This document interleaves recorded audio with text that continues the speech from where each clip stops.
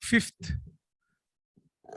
plenary lecture of Agriculture Science Congress, and this lecture is being delivered by Dr. Jimmy Smith, who is Director General of ILRI, International Livestock Research Institute. I hope that he has joined. Yes, Dr. Jimmy, you are here? I am very much so. Yes, Dr. Jimmy, good evening. Good evening to you. Delighted to be here. Can you hear me? Yes, we are hearing you. Can you hear me? Friends, I will take just 2 minutes to introduce you, and then we will start your lecture. Okay, thank you. Dr. Jimmy Smith is a renowned animal scientist, and my association particularly with Dr. Jimmy is when we had the board meeting of ILRI at NDRI Karnal, and from then we are enjoying good relationship, and I know his caliber. But for giving a structured introduction, I will request DDG Animal Science, Dr. B.N. Tripathi. Jimmy, with me, DDG Animal Science, Dr. B.N. Tripathi is chairing this session. And in the meantime, I hope that Dr. R.S. Paroda, former Secretary there, DG ICR, and presently Chairman of the TAS, he may join as a chairperson. So Dr. Tripathi will take just few minutes to introduce you, and then I will request you to start your lecture, please. Okay, will do. Srivastava, very good afternoon to all of you. I have the privilege and I have the honor to read a brief biodata of Dr. J.W. Smith. A Guyanese and a Canadian citizen, the Director General of International Livestock Research Institute, which is one of the CGIAR research center, and that he works towards working for the world of food secure world. ILRI's work focuses on livestock research for sustainable development.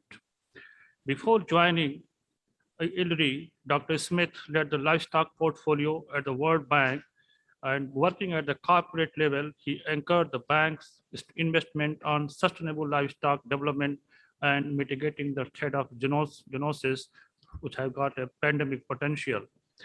Prior to his tenure at the World Bank, Dr. Smith held several senior positions at Canadian International Development Agency, where he is still working at ILRI and his predecessor institute called as International Livestock Center for Africa, where he served as the institute global representative for West Africa and later as the director of its global program on livestock, crop livestock systems.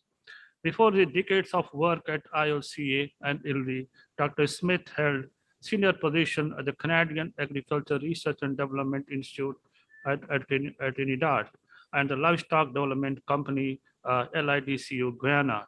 Dr. Smith is a graduate of University of Illinois at Urbana-Champaign, USA, where he has completed his MSc and PhD degree in animal sciences.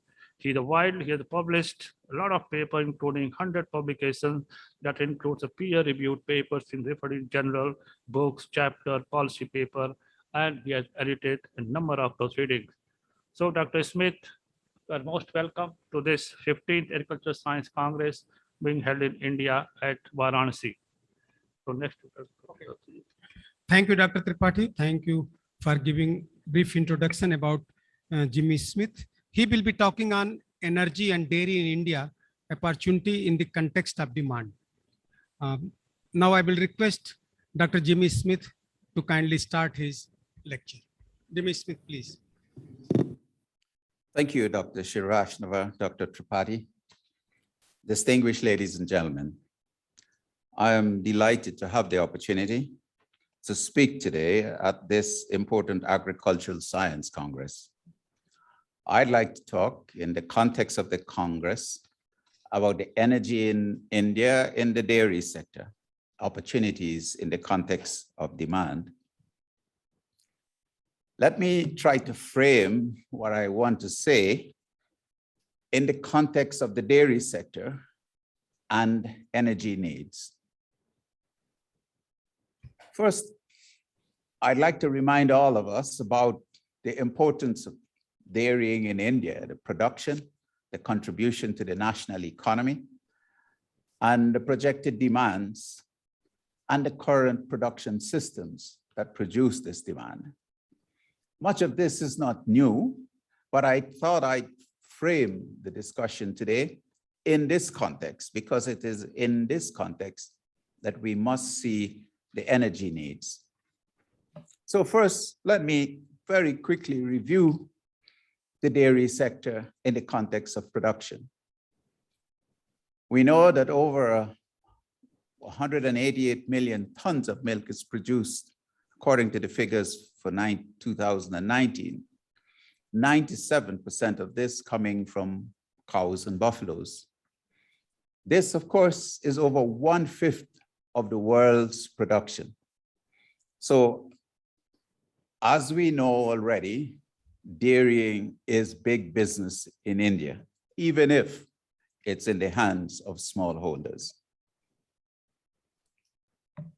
Not only in India is the livestock sector in which the dairy is comprised important in India, but it is in many other countries in South Asia, South and East Asia. As you can see here, the blue is the contribution of livestock to the total GDP, and the red is the contribution of livestock in agriculture GDP. And as you can see, in the red is quite high in every country. So livestock is a very important part of agriculture, but also a very important part of contribution to the national GDP, where according to the estimates we have received, it's over 4%. So a critical sector in India. As we can see from this slide, milk, whole milk, fresh milk is the #1 commodity in India in terms of value. It's exceeding even rice, which is such an important player in India. So what we're talking about here is not a small industry. It's massive, as we know. The dairy sector and demand for milk in India has been growing all the time. Throughout my association with working for or in India, since I was at the World Bank, we knew how important this sector was. And of course, the great leaders of India have put this sector on an important track and has allowed it to be a major vehicle of change, particularly for smallholders in India. To underline how important smallholder production is in India, I want to show this slide, which in terms of size, the light blue and the dark blue are small farms, 1 to 2 and 3 to 10 cows. The red and the orange are, of course, larger farms. You can see India is largely the light blue and the dark blue. It's practically all of it. So smallholders underpin this sector in India. So as we consider things such as energy, we must consider how the energy use and use efficiencies must apply to small farmers. Let me use this illustration to talk a little bit about how the energy balance is related to dairy. In the center here, we can see the dairy production. It's using many inputs: land, labor, capital, water, feed, energy, and other things. Using those inputs, the outputs are, of course, as I said, contribution to GDP, food, income, livelihoods, some of which in turn is reinvested in the dairy sector. But also, the dairy sector does contribute to what is needed in terms of feed and energy. So some things are inputs, some are outputs, and some are related to the demands of the dairy sector to make it work. So with that background, let me now attempt to discuss some aspects of the energy relationship in the dairy sector in India, opportunities in the context of this demand I just described. We're all very familiar with some of the positive contributions, such as manure, biogas, and draft power. These are contributions to the energy needs of India. The energy use of India can be further improved by obtaining efficiencies in production, so energy is optimally utilized. And some of the areas in which this can happen is to improve the productivity of dairying in India. So applying technologies which would raise the output per animal. There are also institutional policy and other institutional contexts which would help us to do this. And I'll demonstrate what some of these are in a moment. But as we know, energy is used for processing and storage and so on. And there's also opportunities here for improving those, but improving them also in the context of not just the big operators, but the very small operators on which the dairy sector in India is largely based. And I would like us to explore some opportunities to better capture some of the waste energy in India, such as better use of crop residues and the utilization of manufacturing byproducts. So let me discuss each of those in turn briefly. Manure, biogas, and draft power. First, manure. The total nitrogen applied in India, according to the records we've been able to find, is about 8 million tons, out of which 1.3 million tons of nitrogen is applied to the soil from dairy, cattle, and buffalo manure. Looks like a small amount in relation to the 18 million tons, but nonetheless very important, as I would demonstrate in a moment. The opportunities here are, of course, how to improve the storage and use of that manure to reduce nutrient loss. This manure is not just valued in terms of the total tonnage. As we know, manure contributes to the organic matter of the soil. And the organic matter of the soil is what helps us to get a response from nutrients which are applied. So applying the organic matter improves the cation exchange capacity of soils. So we should not see this manure just in terms of the tonnage, but in terms of its effect on the overall cropping systems and the efficiency and use of synthetic fertilizers. Biogas. 1 ton of dairy cattle manure can generate biogas equivalent of 125 kilowatts of electricity. The challenges here are how to produce and use biogas efficiently in the small scale systems, how to improve the technology, how to facilitate financing, and the production of other materials which go in to the production of biogas. And of course, how to share that technology so it's used more broadly in this sector.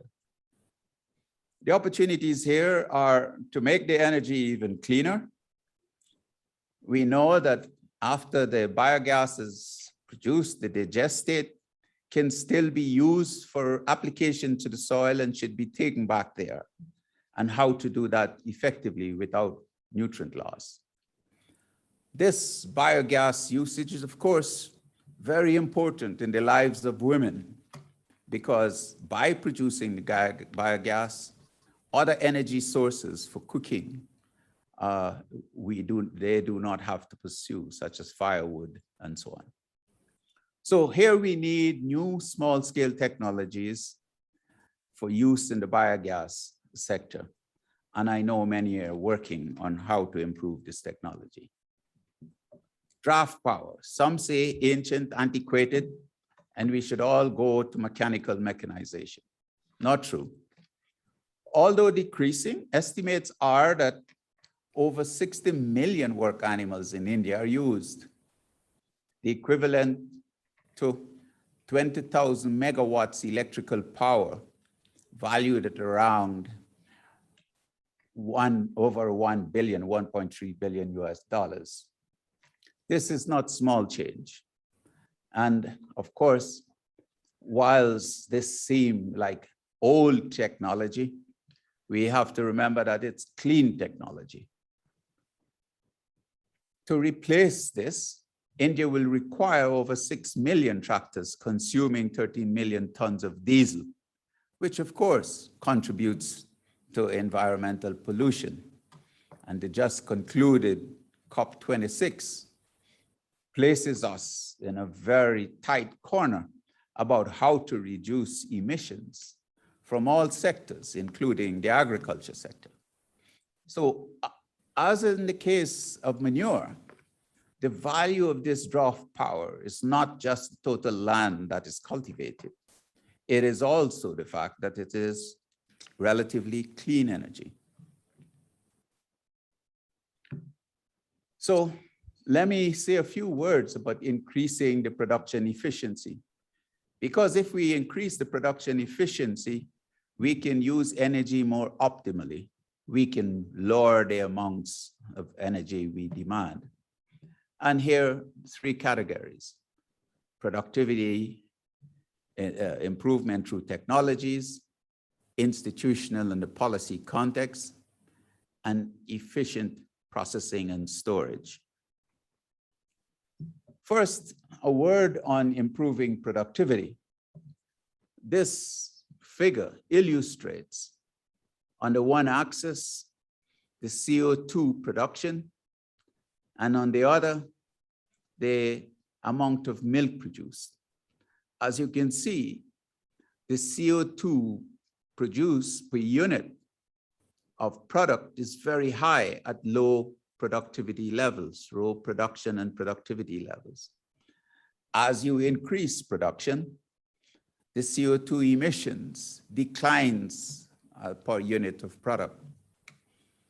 So doubling milk yield through better feeding, genetics, and health could reduce India's total methane emissions by about 25%. This is, of course, not small change in such a large country with so many producers and such a high demand. And here are some gaps, some illustration of gaps about what are these technological gaps. In the graph at the top, we talk about the contribution to productivity through genetics, health, and feeds. And you can see genetic in the darkest brown, health in the lighter brown, and feed in gold. It really is gold. And what is the yield gap in these areas? So combining genetics, health, and feed, and in particular the feed gap, one can significantly increase the potential gain from dairy production in India. But there's also gain to be made from the institutional side. What are the interventions on policy and institution? And here we talk about market access and input with delivery. You can see in both cases, there are huge gaps that we can make up in this area. So the effort needs to be not only on conserving energy, but of course on improving energy use efficiency. A word now on energy consumption for dairy cooperatives and private plants. And you can see the energy budget in the pie chart, 32% for utilities, cleaning 13%, packaging 12%, refrigeration and storage 13%, and processing 13%. The dairy sector energy consumption is 0.2 million metric tons of oil equivalent. So very important consumer of energy. Of the 1,065 registered dairy plants, 80% are small scale, representing about 30% of the energy. So 80% of the small farms consuming only 30% of the energy. So whilst the emphasis has been in many countries on bigger plants and higher throughput, we should not ignore the fact that smaller plants have the opportunity to be more energy efficient. Each individual contribution is small but important. Estimated energy saving potential for typical dairy plants would be 15 to 20% using a mandatory energy efficient scheme like the Performance, Achieve and Trade PAT scheme that is offered in India. So there's considerable, using this scheme alone, there's an opportunity to improve the energy savings in India by 15 to 20%.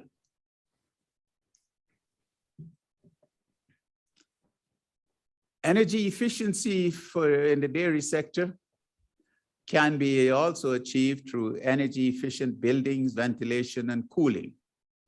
These are more difficult to achieve in smallholder sector because there are few buildings, but there's good opportunity to improve ventilation. Milk cooling, renewable energy options, essential for food safety and other factors. And options that work for small-scale enterprises in biogas and solar energy is also on offer in India. So let me turn a little bit now to explore opportunities to better capture the wasted energy in the dairy sector in India. And here I want to focus a little on the improved use of crop residues and utilization of manufactured byproducts. Let me illustrate what I mean here. In these two histograms, you can see the feed use in both the dairy and dairy cattle and dairy buffalo. At the bottom is fresh grass in the dark brown, relatively small contribution to the overall total. Hay is the lighter brown. But look at the crop residues in both cases. It is the vast majority of the feed that is used in both dairy cattle and dairy buffaloes. And only small percentages of bran, unoiled seeds, and so on that are used here. So notwithstanding the huge rice sector and the contribution that the rice processing could yield in animal feed, oilseed cakes from such things as peanut production and other oil seeds, sunflower and so on, a very small amount is used there, illustrating the point that perhaps in India, if we look at the utilization of these oilseed and other manufacturing products from the crop sector, it seems like there's huge leakage to other sectors for the use of this. I don't believe it's all wasted, but it probably goes into other sector or perhaps not used efficiently. But it is the area of crop residues that stands out. So energy into crop production, fertilizer and mechanical, we know that goes in. Could crop residues be made more efficiently for animal feed? Are animal manufacturing byproducts used sufficiently well to feed livestock? And what about the rice residues? I have been in this business for a long time and for many years. As an animal person, we have been talking with the crop people for years and years about including animal feed characteristics in their idiotypes for new crops. This has happened perhaps more in India than anywhere else, and it has happened mostly in sorghum and millet. Very little progress that I am aware of has happened in better breeding of rice so that the crop residues are better used. So the breeding objective should not be just about maximizing the yield of grain, but optimizing rice as a subcomponent in the agricultural sector for both its grain and its contribution to livestock production, in particular dairying.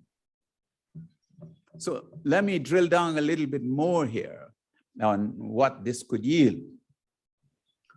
Only even small changes in crop residue quality have a significant impact on milk production. We have seen that from sorghum and millet.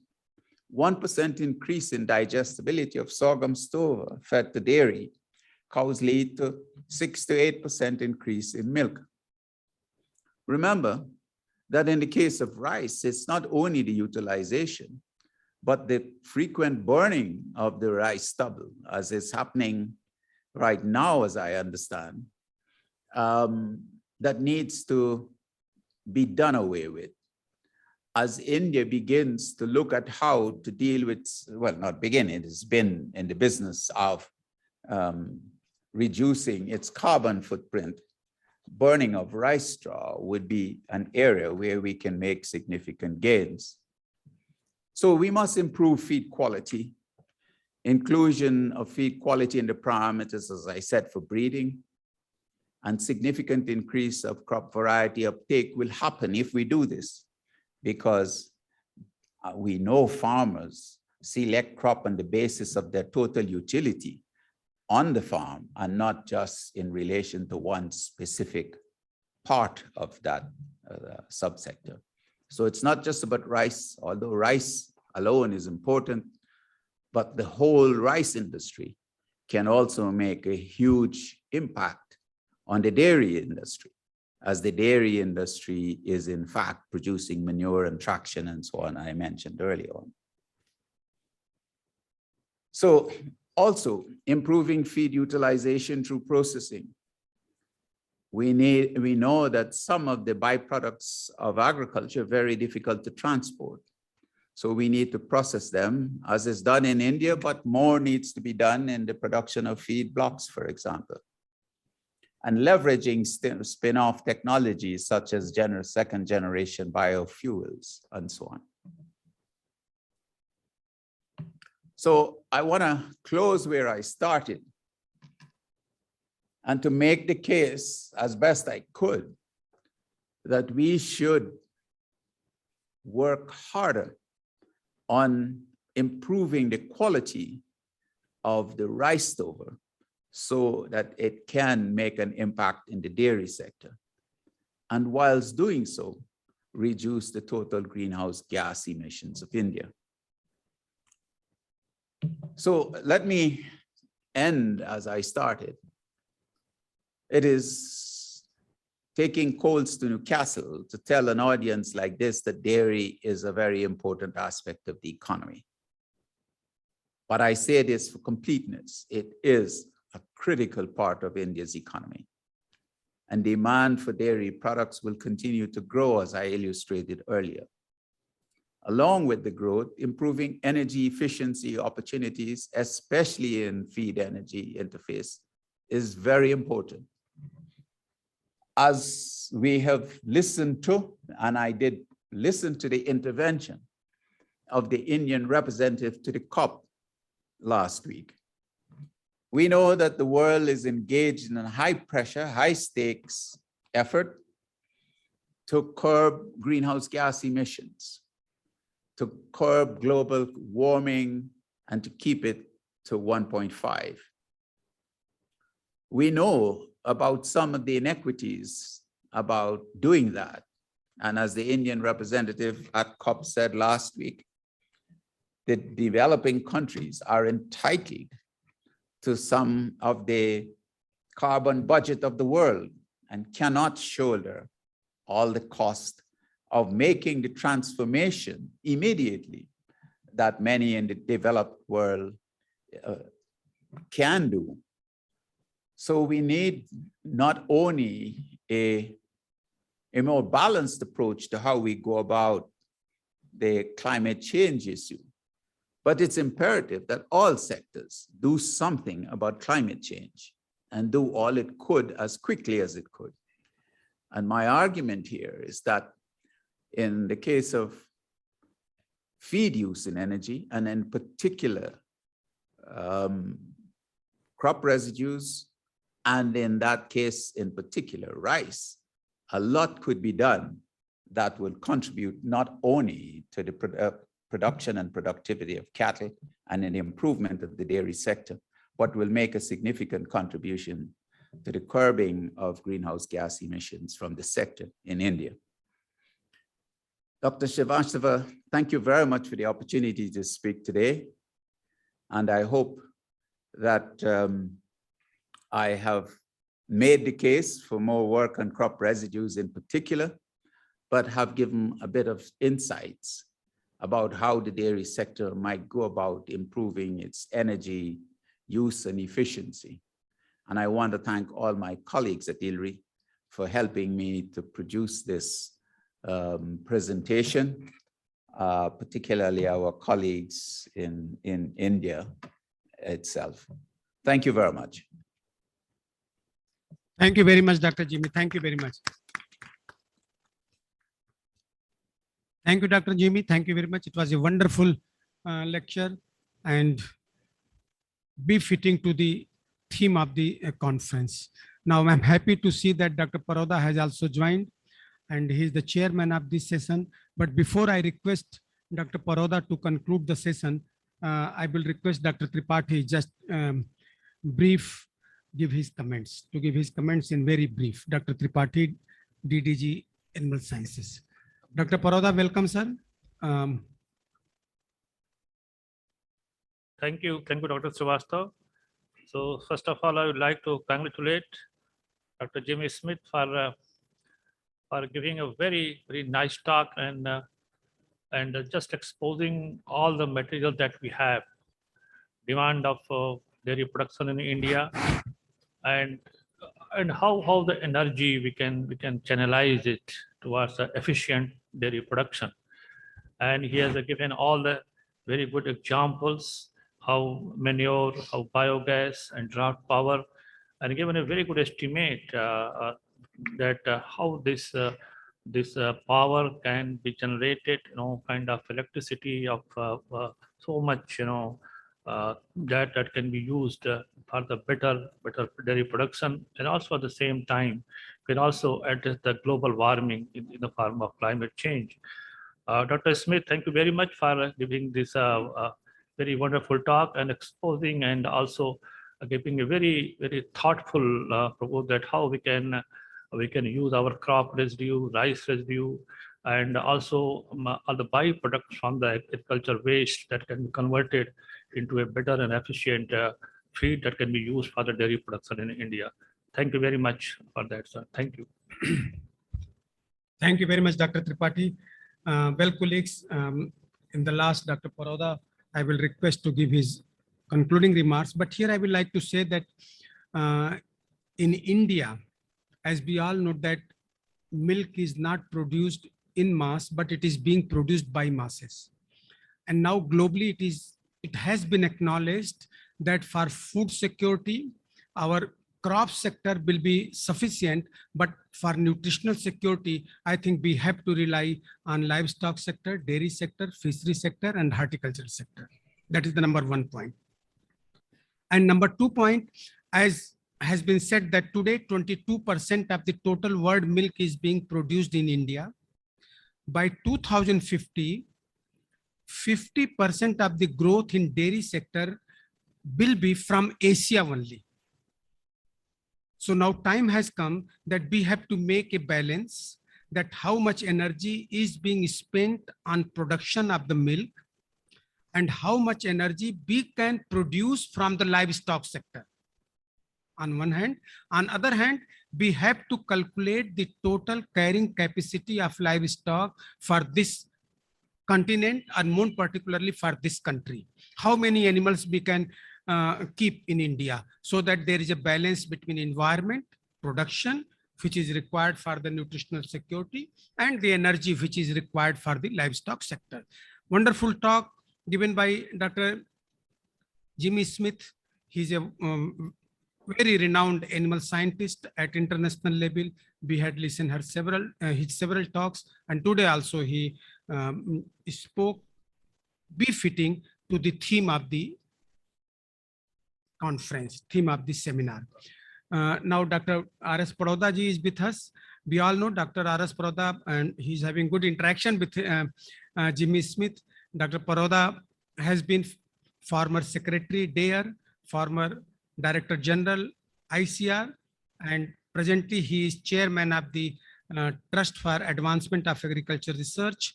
And fortunately, I am also associated with TAS as a trustee. So I know the quantum, the quality of work which TAS is doing and contributing to the Indian agricultural system.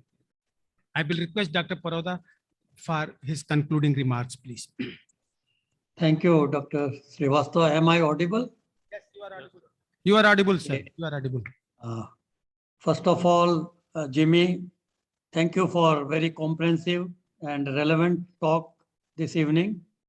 My apology for not joining earlier because I was involved in inauguration of the International Agrobiodiversity Congress, which also started today. You have highlighted many important issues relating to the energy aspect linked to the livestock sector. And I do endorse most of those which you have indicated, and it is a really important sector as far as our dairy sector is concerned. We have more than almost 300 million bovine animals, cattle and buffalo, perhaps the largest in the whole world. We are also the largest producer of milk. But at the same time, we have concern for increasing productivity of per animal. And no doubt that is a different issue, but certainly there are concerns which you highlighted that we can use biofuel through use of animal byproducts, particularly the farmyard manure or dung. And this had been used, but somehow it would require more aggressive approach to make it more effective, either as community gas plants or at a community level in terms of their common use, because individually, in general, in many farm families, number of animals have gone down. Particularly,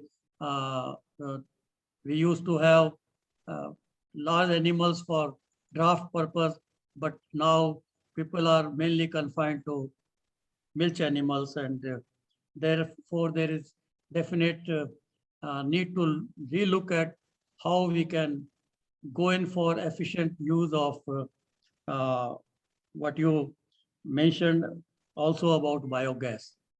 Second point is that we definitely are not using that much energy for animal management currently.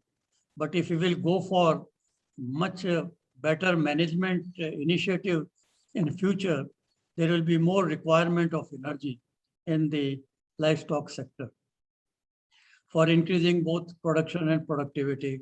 And we are also aware that the load that is there on greenhouse gas through methane emission would demand better managing, better feed management, better housing management. And in that respect, what would be our future energy requirement and how much of it can be generated either through biogas or through solar energy or renewable energy will also have to be looked at and examined as our futuristic approach. No doubt, dairy sector would have not progressed and we would have not been able to achieve white revolution if we had not gone in for value addition and using cool chain system, particularly even for distribution of pasteurized milk and taking it to far-flung areas and cities and going in for cooperative movement. So energy has been used. Energy will be used more if we diversify use of milk, for which there is great potential. Currently, we are mainly using milk for our human consumption, but it could in future be through various byproducts. And my favorite subject is why not produce mozzarella cheese from buffalo milk and export rather than importing it from Italy and other countries. And in that respect, you would again require more energy. Our emphasis is to organize farmers for organized dairy sector. So far, it is mostly disorganized. So when it becomes organized dairy sector, then like emphasis on farm producers organizations, FPOs, and there is a favorable law for that. But if farmers would go for more of FPOs, then they would definitely require more energy for their being successful. So we should project and realize how much more will be needed and how we can economize, and economize in the context of using the animals, whether animal power or biofuel, or what you also indicated, use of the crop waste like rice straw or second generation biofuels, which would require much more effort in research and development initiative. I think that is the future, but would require greater emphasis. Now, policies are demanding that you don't burn the rice straw, but either you go for in situ conservation or use it for having bioenergy production, or even for going for biofertilizer production. And that would demand, again, some of the energy requirement, but there is potential, and that potential for which India is doing exceedingly well to generate it through the solar energy to a greater extent. And that could be also more confined to individual farm producer organizations or small sector dairies having about 30 to 40 animals and so on. So I see that what you had indicated, that around for processing we need for dairy sector around 60% of energy. The rest of the 40 is for the management aspects. Now, what could be the better management initiatives in that regard, so that you would need less energy and you would also have less methane emission from animals through better feeding, better balanced diet, or even for having better management, which is very critical for increasing their productivity. And lastly, you had also indicated that we would require energy for also processing animal feed and also even fodder, whether silage making or whether feed blocks or whether mineral blocks. Sky is the limit. We have not explored that area to the extent it should have been. And I do see great potential there.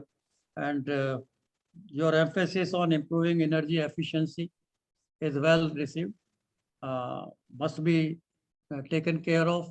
And I think our animal scientists participating in this conference, Dr. A.K. Srivastava is already my co-chair, and probably he would also like to make some concluding remarks because he started with the lecture in the beginning. But personally, I feel that we are indebted to you for having agreed to give this presentation.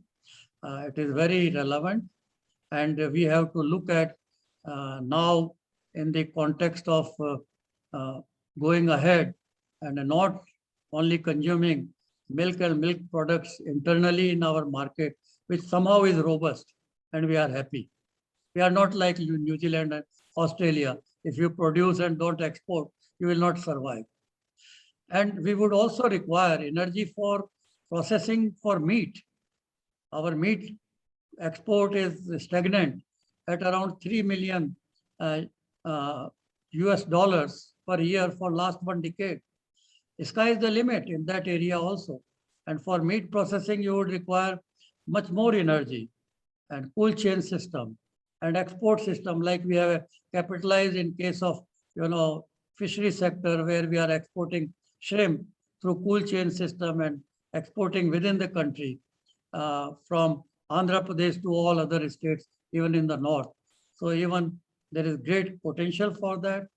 And that area also must be addressed. So it is not only energy for milk, but also it is energy for other products from the animal sector, including meat, which I think is equally important and would be more important for future nutrition security. So I would like to thank you and thank the organizers for having asked me to participate in this very interesting lecture. Over to you, Dr. Srivastava. Thank you very much, sir. Thank you very much. Well, friends, I don't have any concluding remarks, but sir, two things I would like to emphasize, which I would like that we should discuss more in detail what Dr. Jimmy has presented. Wonderful 2 points. One thing that the animals in India is being used as a draft power.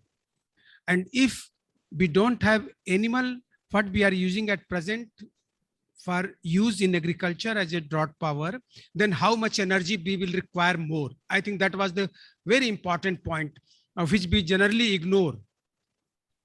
We don't consider that a large number of animals which we always cite is also saving this much energy in India for agriculture, number one. And number two, most important point, that we are facing the problem of rice residue burning of the rice crop residue. And what point he was enlightening, that if the residue is having more than 60% of digestibility in ruminant, then can we continue to burn? One aspect is that environmental pollution and all these things, on one hand, we should not burn anything. But as far as its applicability, its usability in animal sector is concerned, that if digestibility is more than 60%, then we should use our all effort so that it can be preserved and energy can be saved. Wonderful presentation, Dr.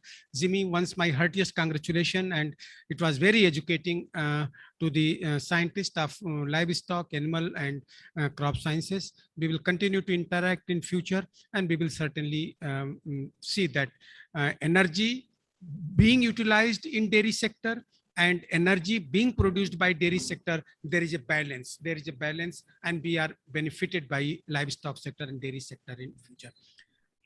At the end, from the core of my heart, from the organizing committee, from the National Academy of Agricultural Sciences, I express my very sincere thanks to Dr. Jimmy Smith for accepting our request to deliver this wonderful talk in the evening. Thank you very much, Dr. Smith. Thank you very much. Let us give him a big hand. Let us give a big hand. Thank you very much.